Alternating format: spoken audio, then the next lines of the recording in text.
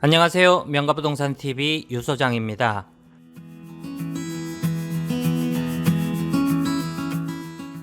많은 분들이 마당 넓은 전원주택에서 살고자 하는 꿈을 꾸십니다. 그런데 일단은 먼저 임대를 해서 살아보고 결정을 하려고 하시는 분들도 제법 많이 계십니다. 실제로 나만의 전원주택을 마련하기 전 좋은 경험이 될 수 있을 것이라 여겨집니다.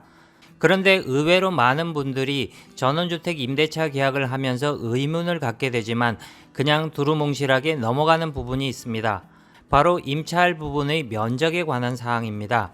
그렇다면 마당 넓은 시골집 혹은 전원주택 등의 임대차 계약을 체결하면서 면적에 대한 어떤 오해를 할 수 있는지를 살펴보도록 하겠습니다. 마음에 드는 전원주택이 나와서 임대차 계약서를 작성하다 보면 눈치가 빠르신 분들의 경우 의문을 갖게 되는 내용이 하나가 보일 겁니다. 계약서에 임대할 주택의 소재지, 토지의 지목과 면적, 건물의 구조와 용도, 면적 등을 적고 난 후 바로 임대할 부분의 면적을 적는 곳에 대체로 주택 건물의 면적만 적는다는 것입니다. 전원주택들의 경우 대지 면적이 200에서 300평 정도 되는 경우가 많습니다. 그렇다면 마당 넓은 전원주택을 빌렸는데 땅은 마음대로 못 쓴다는 말인가 하는 의문을 가지시는 분들도 틀림없이 계실 것이라 여겨집니다. 물론 임대할 부분에 건물의 면적만 기재를 했다고 해서 마당을 못 쓰게 하지는 않을 겁니다. 그런데 임대할 부분의 면적에 토지 면적이 아닌 주택 부분의 면적만을 기재하는 이유를 알아보도록 하겠습니다. 사실 이 내용을 설명하기에는 애매한 부분이 있긴 합니다만 그럼에도 불구하고 설명을 드려보도록 하겠습니다. 그 이유는 거주 목적의 주택을 빌리는 것이지 토지를 빌리는 것은 아니기 때문입니다. 만일 임대 목적물에 토지가 들어간다고 가정을 해보겠습니다. 토지 임대차의 목적은 다양할 수가 있습니다.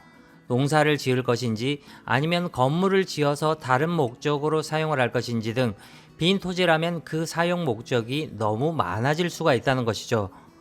전원주택 임대차 계약을 하면서 주거용 건물과 토지를 전부 임대하는 것으로 표기를 해둔다면 집도 빌리고 목적을 정하지 않은 땅도 빌리는 애매한 계약으로 인해서 향후 다툼의 소지가 발생할 가능성이 있다는 것입니다.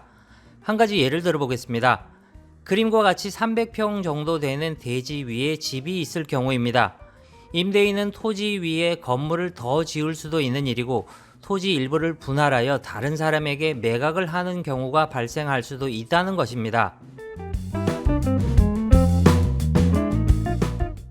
임대차 계약서에 임대할 면적을 주택 부분만을 기재해 두면 혹여 경매로 집이 넘어갈 경우에는 어떻게 될까입니다. 참고로 주택 임대에 관해서는 주택임대차 보호법이라는 특별법을 두고 있습니다. 주택임대차 보호법 제3조 2 보증금의 회수 2항을 살펴보겠습니다. 대항요건과 임대차 계약 증서상의 확정일자를 갖춘 임차인은 민사집행법에 따른 경매 또는 국세징수법에 따른 공매를 할 때에 임차주택, 괄호 열고 대지를 포함한다의 환가대금에서 후순위 권리자나 그 밖의 채권자보다 우선하여 보증금을 변제받을 권리가 있다 라고 규정을 하고 있어 주택 임대차 계약의 효력이 건물뿐만 아니라 대지에도 미치고 있음을 확인해 볼 수가 있습니다. 쉽게 말해서 임차인이 전입신고와 확정일자를 받아 선순위 권리를 갖추고 있다면 경매 시 주택의 대지를 포함한 환가대금에서 후순위 권리자보다 보증금을 우선 변제받을 수가 있다는 것입니다.